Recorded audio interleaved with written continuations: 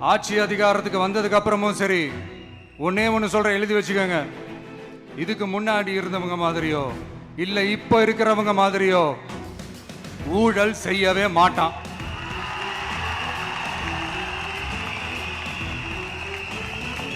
ஒரு பைசா தொட மாட்டான். எனக்கு அது அவசியமே இல்லை. புரிஞ்சுங்களா உங்களுக்கு? எனக்கு அதை தொட வேண்டிய அவசியமே இல்லை.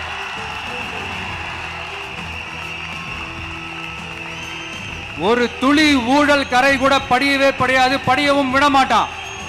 நீங்க கேட்கலாம், இது என்ன சினிமாவா, இது என்ன முதல்வன் படமா, ஒரே நாள்ல வந்து இவர் எல்லாத்தையும் கிளீன் பண்ணிடுவாரான்னு நீங்க கேட்கலாம்.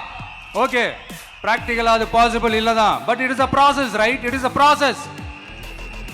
இப்படி எதுக்குமே ஆசைப்படாத ஒருத்தன் அரசியலுக்கு வர்றான் அப்படின்னா, அவன் கண்ணு முன்னாடி ஏதாவது ஒரு தப்பு நடக்குது அப்படின்னா, அவன் கண்ணு முன்னாடி ஏதாவது இந்த மாதிரி ஒரு ஊழல் நடக்குது அப்படின்னா, அதை பார்த்துக்கிட்டு அவன் சும்மா இருப்பான்னு நினைக்கிறீங்க?